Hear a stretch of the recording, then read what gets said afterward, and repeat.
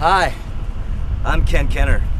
Today on Earth Sports Stars Then and Now, we'll focus on the meteoric rise and the tragic fall of former U.S. Olympic swimmer Pete Sanchez.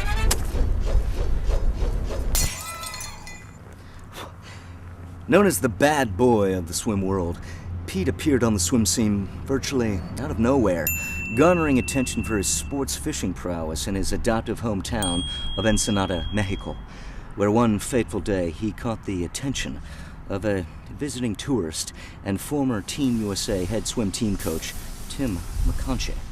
He was the best. He was the best I'd ever seen. Seemingly, Pete discovered his destiny.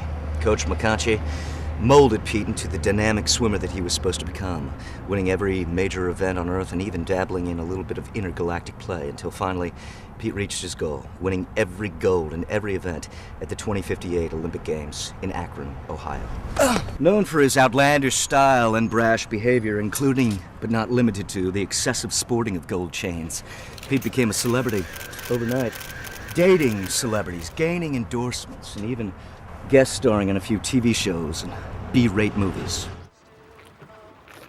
Although none of these had any critical or commercial success, and Pete's acting was, at best, mediocre, Pete was still the paparazzi's darling, which was what led to perhaps the darkest time in Pete's life, the infamous DeGrossi videotape.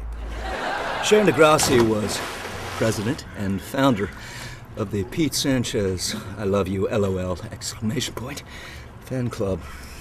And after meeting Pete at a fan convention in Denver, Sharon and Pete spent a night making sweet, sweet love in the convention center hotel.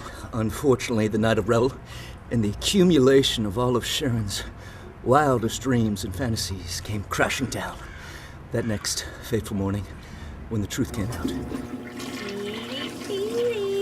My sexy man meets. Where are you? There you go. I think it's safe to say I loved Pete.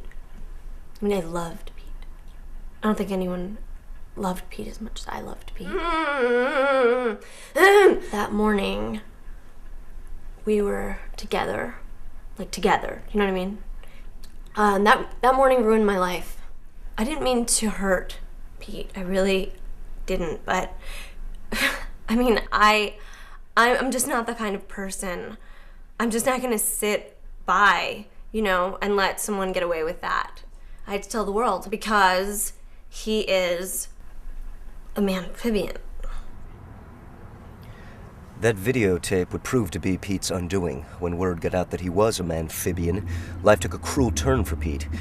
He was stripped of his medals, and all former glories and accolades washed away in a sea of shame. Pete soon succumbed to the tiresome assault on his character, descending into a world of drugs and alcohol. It seemed like Pete was headed for a destitute life, crouching in the darkness and hiding in the shadows because, well, no one really gave a shit about him. No one, that is, except for his parents, who found him that fateful day on the beach in Mexico, oh, so many years ago. I told him, son, go, find work, get a job.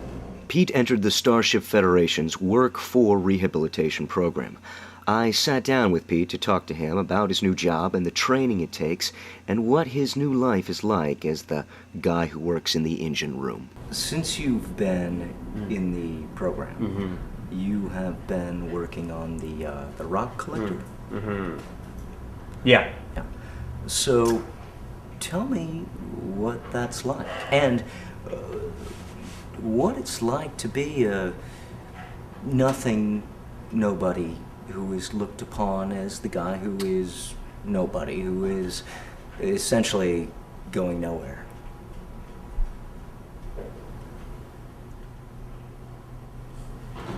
Okay. It's, Anything? Cat got your tongue? Catfish? The story of Pete the Mechanic is a complicated one. full of dashed hopes and dreams, fulfillment never realized, and the courage of a man-fish that has never really stopped fighting for the little guy fish in all of us. Thanks for watching.